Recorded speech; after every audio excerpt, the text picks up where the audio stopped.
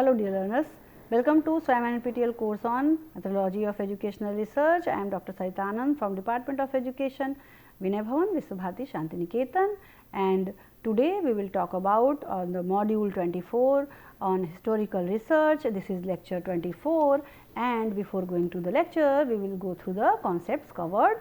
Earlier in previous lecture we have covered the mixed methods research, its definition, misconceptions, characteristics, different types of mixed method research, its procedure, how to conduct, and different challenges faced in the mixed method design.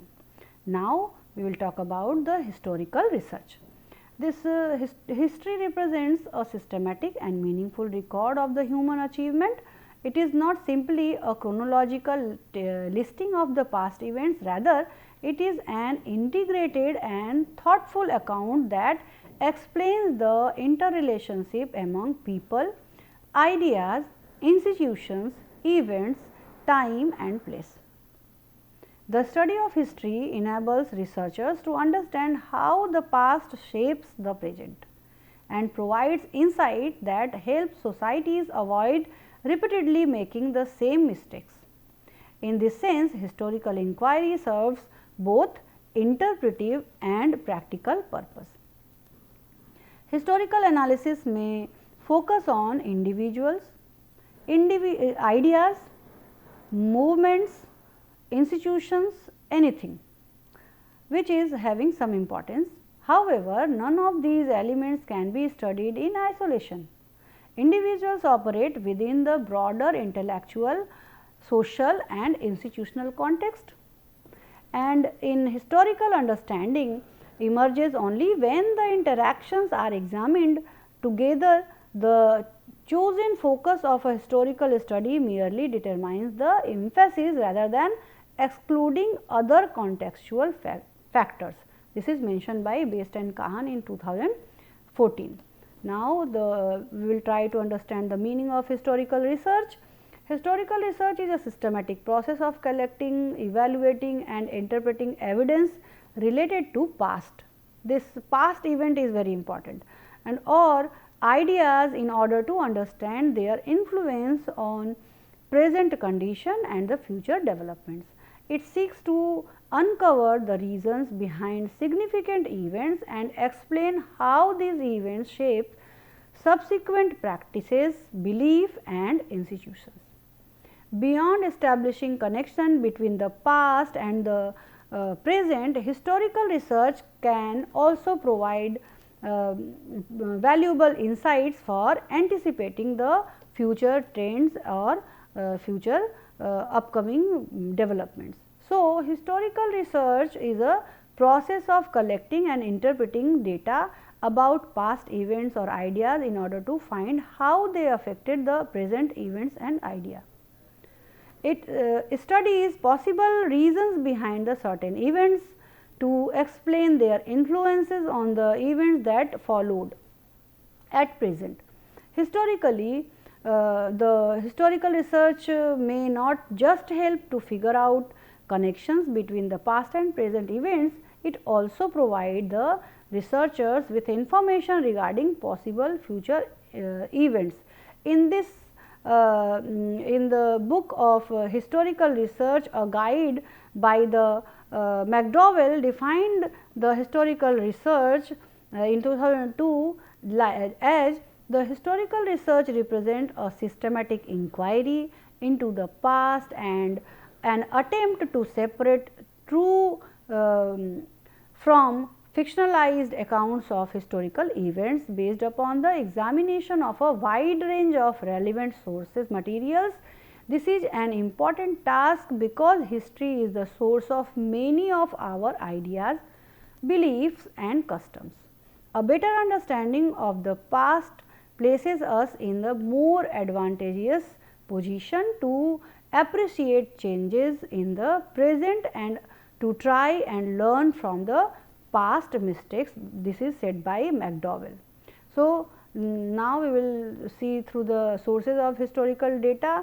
If we are talking about the historical research, definitely we have to talk about the sources.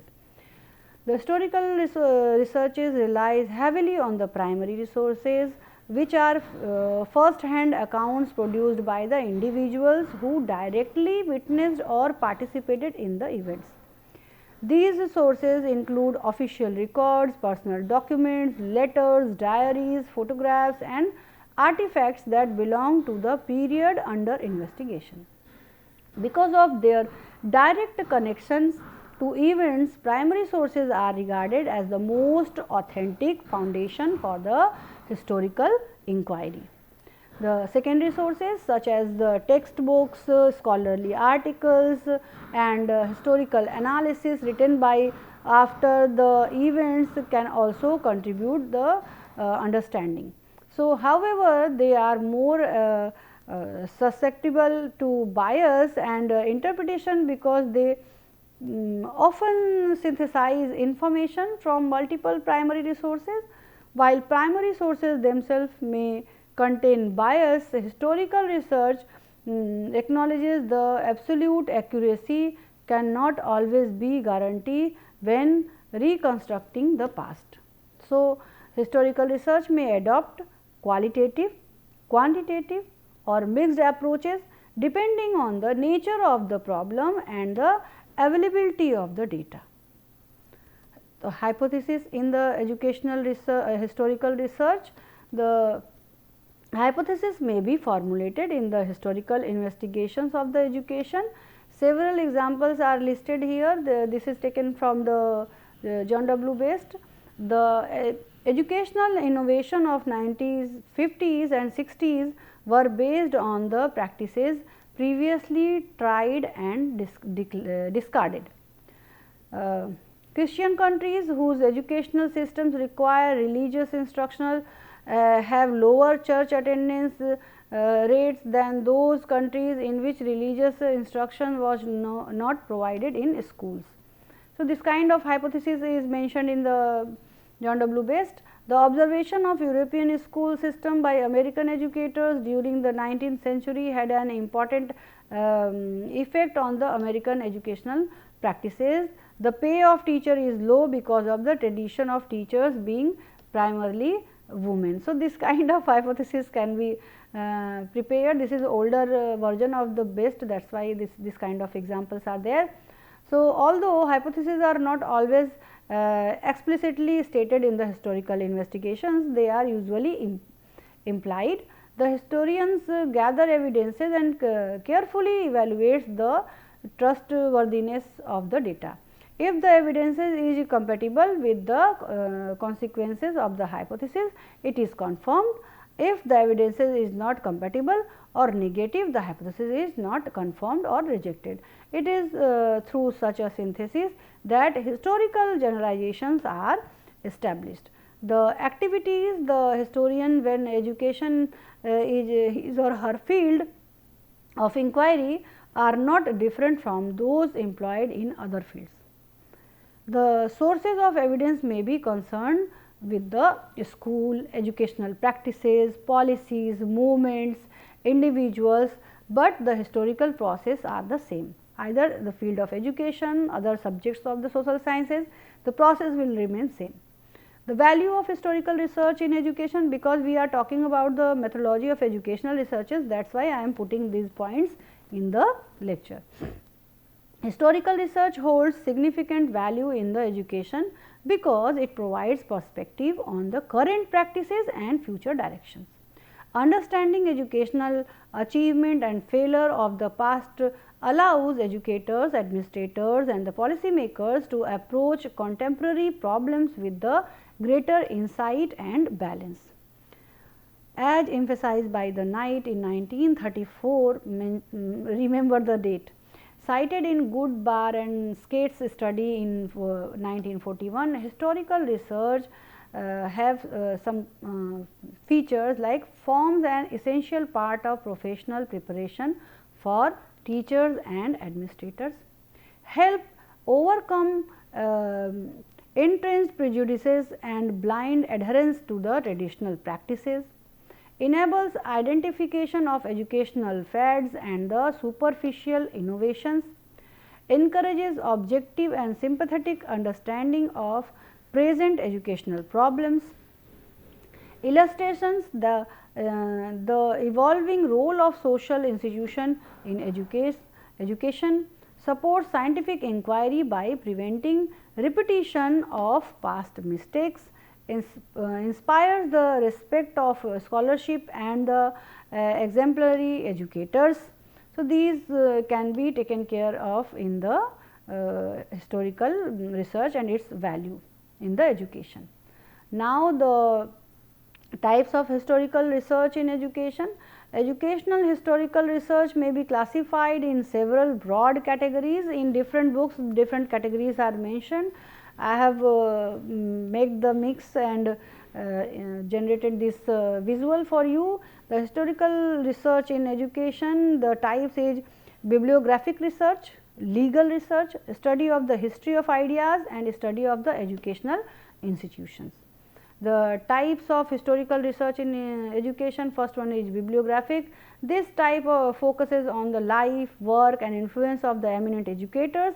In the Indian context, studies on the educational contributors, figures such as Mahatma Gandhi, Rabindranath Tagore, and provides insights into the contemporary educational philosophy and the practice. The second type is legal research. This legal research, historical research examines the legal foundations of educational institutions, governance structure, teacher and student rights, educational finance and state center relations and many other issues. This form of research requires specialized legal training and it is particularly related for the educational administrations. The third type is study of history of ideas. This approach traces the development of philosophical, scientific and educational ideas over the time. It examines how concepts such as equality of opportunity, inclusive education, mastery learning, value education and problem solving pedagogy evolved and influenced educational aims, curricula, teaching strategies and evaluation practices. The fourth type is study of educational institutions. This involves examining the origin, growth and transformation of educational institutions. For example, a historical study of the development of Visvabharati University reveals the broader trends in the nation and cultural education. Now, we will go through the process of historical research. The researchers should start historical research without any impossible assumptions. So, possible measurement is there, then go for the historical research. They should not look for the something that is not there. It is in fact a basic rule for all kind of research, but it should be followed in particular in historical research. The steps in the historical research process are typically the same as the other forms of the research, that start with the identifying the issue, followed by defining the data collection methods, data collection process and the analysis and conclusion. In general, historical research involves the following steps. The process of historical research start with the selecting or choosing the problem or topic, formulating the hypothesis, collecting the data, criticizing the data. This criticizing the data is actual the analysis of the data. Then interpret the data and write the research report. So, here the new term is only the criticizing the data, and we will go for the process of historical research. This is the whole process: selecting the research problem, formulation of hypothesis, collection of data, criticism of data, interpretation of data and then writing of the research report. Let us see one by one the whole process. Selection of the problem. We know the researcher selects a historically significant and researchable problem related to the individuals, institution, policies, curricula or educational movements. The problem must be manageable and supported by the accessible sources of data. The second one is formulation of hypothesis. We know that the hypotheses in historical research are often expressed as guiding statements rather than the formal testable positions. Making hypothesis explicit clarifies the relationship between the evidence and the interpretation and reduces the risk of bias conclusions. The third step is collection of data. after the problem has been selected and stated, an appropriate hypothesis or the research question has been framed or formulated, the researcher has to collect the data to available, so that research questions and hypotheses may be thoroughly answered and verified. The collection of data in historical research is tedious and time consuming process, because the researcher usually shift through the vast materials of human activity that testify what past event was, and from these he identifies and selects the data that are relevant for his problem. These data are classified into primary and secondary sources. Little bit I have mentioned in the start of the lecture. It is important for a researcher to distinguish between them and develop a skill in locating them. So, skill is required to select the sources of data. We will start with the historical data are usually classified into two main categories. The primary sources, which I have mentioned, according to Tuckman in 1994, he mentioned that the primary sources are eyewitness accounts. They are reported by an actual observer or participant in an event. Finding and assessing primary historical data in an exercise in detective work, like the example, it involves logic, intuition, persistence and common sense. It is mentioned by the Tuckman. The secondary source are accounts of an event not actually witnessed by the reporter. The reporter may have talked with a actual or observer or read an account by an observer, but his or her testimony is not that of an actual participant observer. Yani that person is the second one, not the original source of observer or actual observer. Then this secondary source may sometimes be used, but because of the distortion in passing on the information, the historian uses them only when primary data are not available, which unfortunately is frequent in the historical researches. So, let us see the primary sources of data. I have mentioned the collections of primary sources of data. Primary sources are eyewitness account, which Tuckman mentioned. Here the Goodbar and Skates also mentioned that he called them that the first witness to a fact. This should be noted. First witness to a fact. The original documents or remains come under the category of primary sources. They are available in written, pictorial and mechanical forms as under, like first type of primary source is personal records, like certificates, mark sheet, diaries, autobiography, affidavits, declarations, letters, wills, deeds, contacts, digital drafts of speeches, articles, books and pamphlets. These are the personal records, and there is a huge vast official documents or records are available, and these documents or records are kept and written by the actual participant in or witness of an event.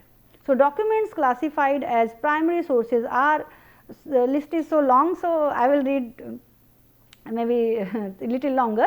The legislative, judicial or executive documents prepared by the central, state governments, municipalities, panchayats or other local bodies, such as constitutions, laws, charter, court proceedings and decisions. The data preserved by the minorities and other religious organizations, such as financial records of the minutes of the meetings, managing or governing the bodies, the information compiled by the central or state university departments, special commissions, professional organizations, school boards, administrative authorities, such as minutes of meetings, reports of the committees and commission, administrative records, school survey, annual reports, budget, attendance records, cumulative records of drama, games, musical and athletic events and examinations.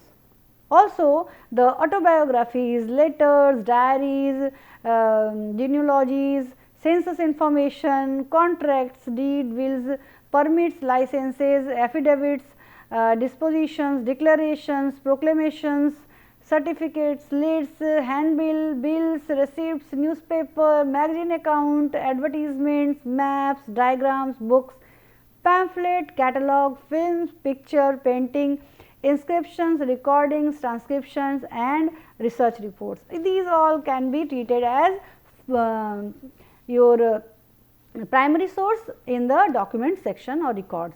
Then the third one is oral testimony or the tradition and events. Oral testimony is a spoken account of the witness of or the participant in the event.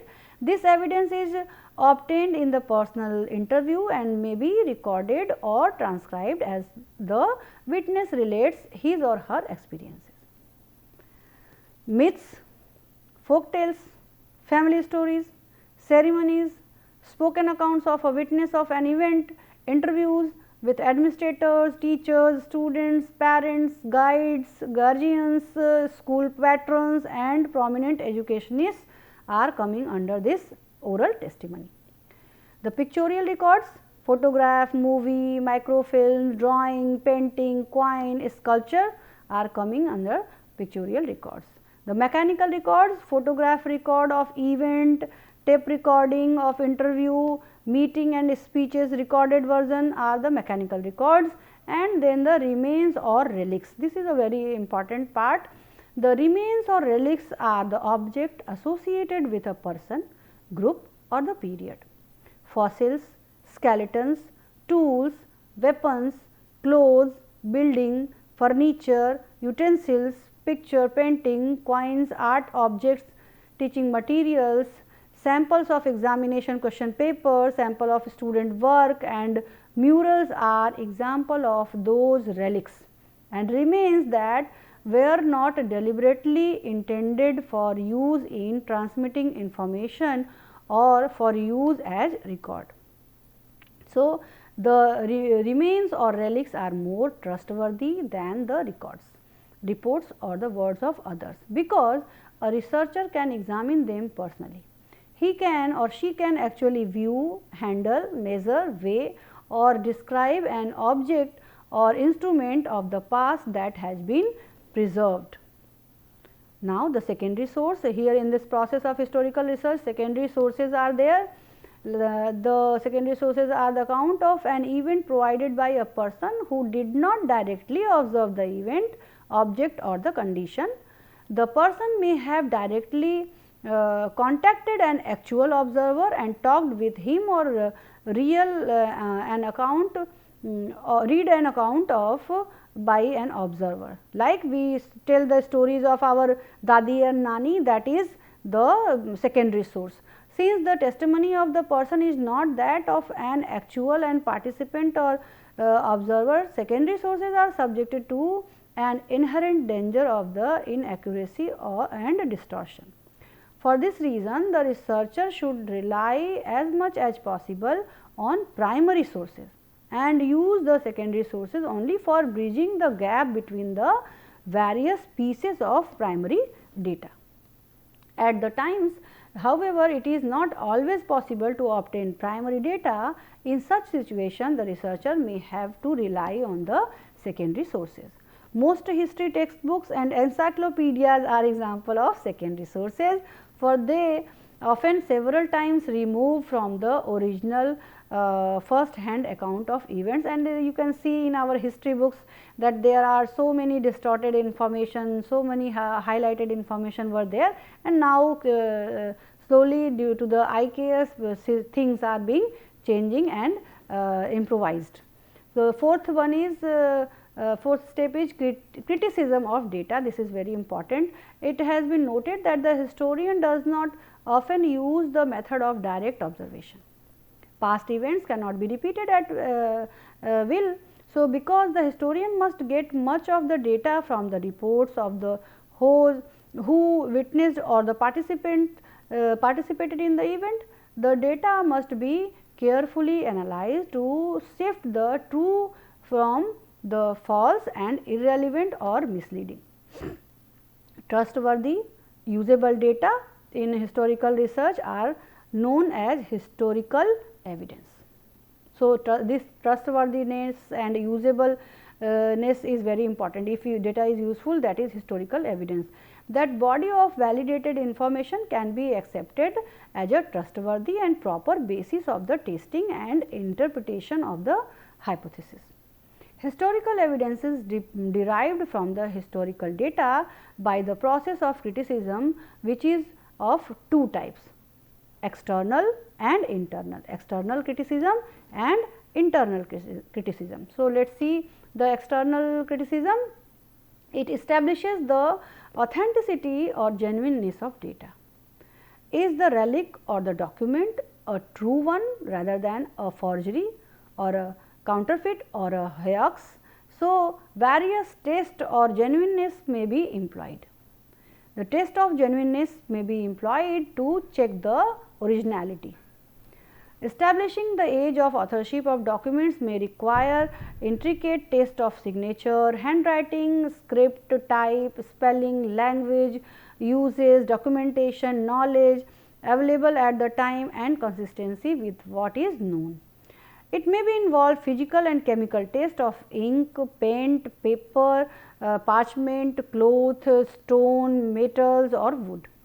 Are these elements consistent with known facts about the person, the knowledge available and the technology of the period in which the remains or the document originated? So, these are tested. Now, the internal criticism: after the authenticity of the historical document or relics has been established, there is still the problem of evaluating their accuracy or worth. Although they may be competent, honest and unbiased on actual acquainting with the facts, or were they too antagonistic or too sympathetic to give a true picture regarding the researcher's side? Did they have any motive for distorting the account? Were they subject to pressure, fear or vanity? How long after the event did they make a record of their testimony? And were they able to remember accurately what happened? Were they in engagement with the other competent witness? These questions are often difficult to answer, but the historian must to be sure that the data are authentic and accurate. Only then may he or she introduce them to historical evidences worthy for serious considerations.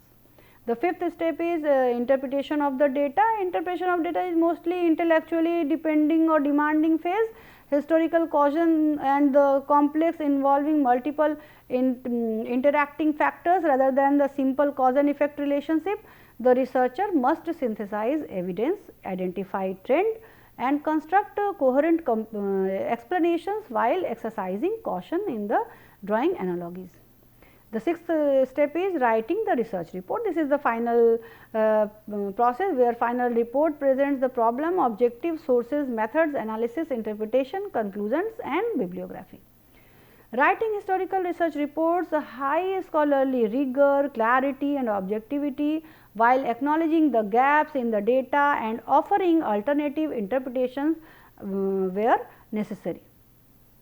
So, difficulty in the historical research mentioned by the Best and Kahan: difficulty in delimiting the problem appropriately, dependence on the indirect evidence rather than the direct observation, limited availability of the primary sources, biases of the original recorders and the researchers, influence of social, political and cultural context. So, to overcome these difficulties, historian must apply imagination, logical reasoning and critical judgment while maintaining scholarly integrity. The limitation of the historical research, dependability of the data. The historians are dependent on the data. If proper data is not available, then the research will not be complicated. So, historical accounts are often shaped by the personal impression, viewpoints, intentions or narrators, which may introduce subjective or propagandistic elements, and you all know that what kind of propaganda was there in our historical books. So, the second limitation is impossibility of the complete representativeness, because the history cannot be rewritten so fully comprehensive life size manner. So, historians inevitably select what they consider relevant and exclude other details, which results in selective reporting and introduces bias in the historical outcomes. The third limitation is incomplete coverage of the events, maybe due to the occurrence or the other difficulties, unnoticed or leading incomplete and partially reliable data are missing. So, complete coverage is required. The fourth one is unconscious personal bias in interpretation. Historians may intentionally introduce personal belief, assumption or interpretations while analyzing historical data, and this is true. We have seen in several cases. The need to condense large volume of information often results in the inclusion of subjective conclusion which may distort the objectivity. The fifth limitation is difficulty in defining the research problem. This is also very challenging. Historian may frame problem too broadly, resulting in superficial treatment rather than in-depth analysis. So, effective historical research requires focused examination of limited well-defined issues.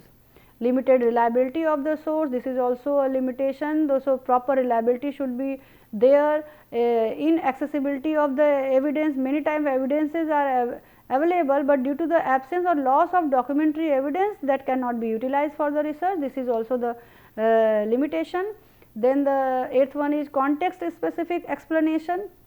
Many times identifying causes of historical event does not ensure that the same causes will produce similar outcome in the different context, as historical situations are shaped by unequal social, cultural and political conditions. So, this is also a limitation. Time consuming nature of the research, yes, the historical research are very much dependent on the extensive data collection, verification and analysis. So, it is time consuming.